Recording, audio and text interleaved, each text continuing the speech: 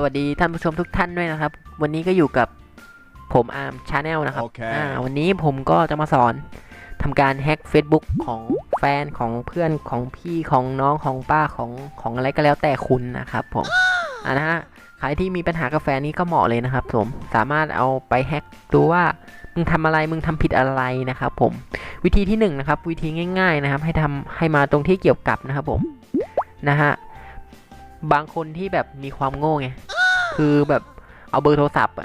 ตั้งเป็นรหัสผ่านนะฮะ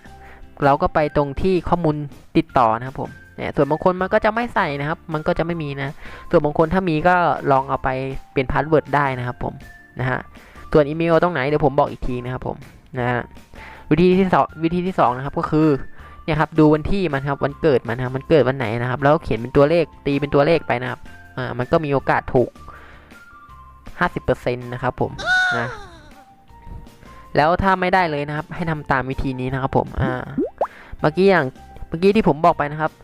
ว่าจะเอาอีเมลจากไหนนะครับถ้าเราได้เบอร์โทรแล้วนะครับผมนี่ฮะข้างบนครับมุมหัวนี่ฮะผมมันจะเขียนว่า ID เท่ากับนะครับผมบางคนก็เป็นไม่เป็นเลขก็ได้ครับบางคนจะใช้อีเมลนะครับผมถ้าคนไหนใช้อีเมลนะครับมันจะไม่ขึ้นตัวเลข ID อย่างนี้นะครับผมมันจะเป็นอีเมลนะครับผมเราก็สามารถแกะได้หน่อยแล้วเห็นไหมเราก็รู้แล้วว่าเขาใช้เบอร์มือถือเขาใช้ตัวเลขหรืออะไรตั้งนะครับเราก็พอรู้นิดหน่อยแล้วนะครับผม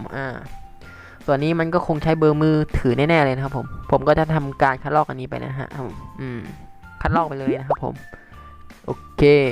เราก็ต้องทำการออกระบบจากของเราก่อนนะครับผมอย่าลืมนะครับคัดลอกมาด้วยนะครับผม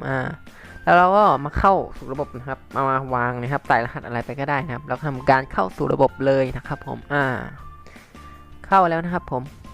รอสักครู่นะครับเน็ตกากนิดนึงนะครับพอเข้ามาแล้วนะครับมันก็จะเป็นหน้าตาแบบนี้นะครับให้เราใส่รหัสผ่านนะครับแต่เรายังไม่รู้นะครับรหัสผ่านอะไรนะครับผมให้เราทำการทักเฟซไปขอแฟนแล้วไม่ใช่นะครับผมให้เราทำการคลิกขวานะครับผมคำว่าตรวจสอบนะครับผมตรวจสอบนะฮะ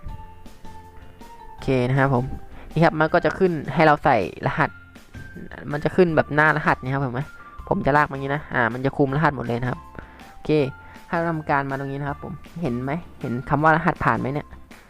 ให้เราเปลี่ยนรหัสผ่านครับเป็นรหัสที่เราต้องการจะเข้าสู่ระบบเฟซนะครับผมส่วนอันนี้ผมจะตั้งเป็นเบอร์โทรศัพท์ผมนะครับผมให้มันจำได้นะครับ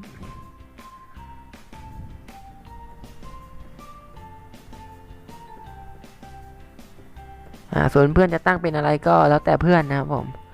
แล้วตรงนี้ด้วยครับที่ไม่เขียนว่ารหัสผ่านนะครับเราต้องเปลี่ยนให้หมดนะครับผม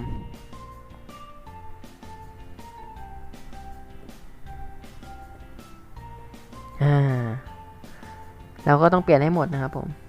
นี่ตรงนี้ด้วยนะครับ ID pass เนี่ยครับผมเพจไม่ใช่พาสเพจนี่แหละแล้วก็ตั้งเป็นเหมือนกันนะครับผม